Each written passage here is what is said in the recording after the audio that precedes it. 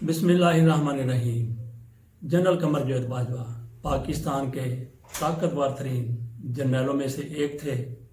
आज वो किस्सा पारीना हो गए, तारीख का हिस्सा हो गए, वो रिटायर हो गए। उन्होंने ताकत की छड़ी जनरल आसिम मुनीर के हवाले कर दी। इनकी रिटायरमेंट के हवाले से लोगों की अपनी अपनी राय है। कुछ लोग कहते हैं कि जनरल कमर जावेद बाजवा साहब अपने जुराइम की गठड़ी उठाकर चल दिए। वो ना सिर्फ अपने जुराइम की गठड़ी उठाकर चल दिए, बल्कि उनके पीछे दौलत के अंबार भी हैं, जिनके बारे में कहा जाता है कि उन्होंने जब वो आर्मी चीफ रहे 6 साल तक, इस दौरान उन्होंने अपने नाम पर, अपने ख़ानदान के कई लोगों के नाम पर ये दौलत उन्होंने जमा की थी।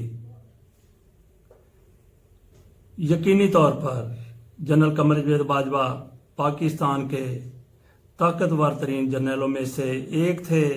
वहीं पर वो मुतनाज़ा तरीन जर्नल भी रहे। कभी एक सियासी हलके की आंख का तारा रहे, कभी दूसरे हलके की, और कभी एक हलके की नफरत का निशाना बने, कभी दूसरे की नफरत का निशाना बने।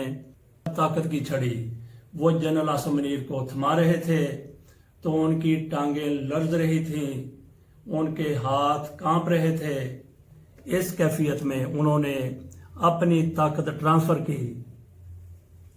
जनरल कमर जावेद बाजवा साहब 6 साल तक पाकिस्तान की तकदीर का गोया मालिक बने बैठे थे। ताकत के नशे में वो भूल गए कि उन्होंने खुदा को भी जान देनी है।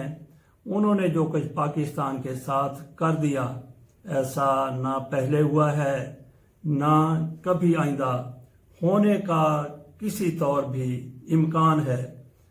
अब देखते हैं कि जनरल कमर जावेद बाजवा साहब लोगों के लिए इबरत का निशान बनते हैं या फिर वो अज़्म व हिम्मत का निशान बनते हैं। अल्लाह हाफिज़।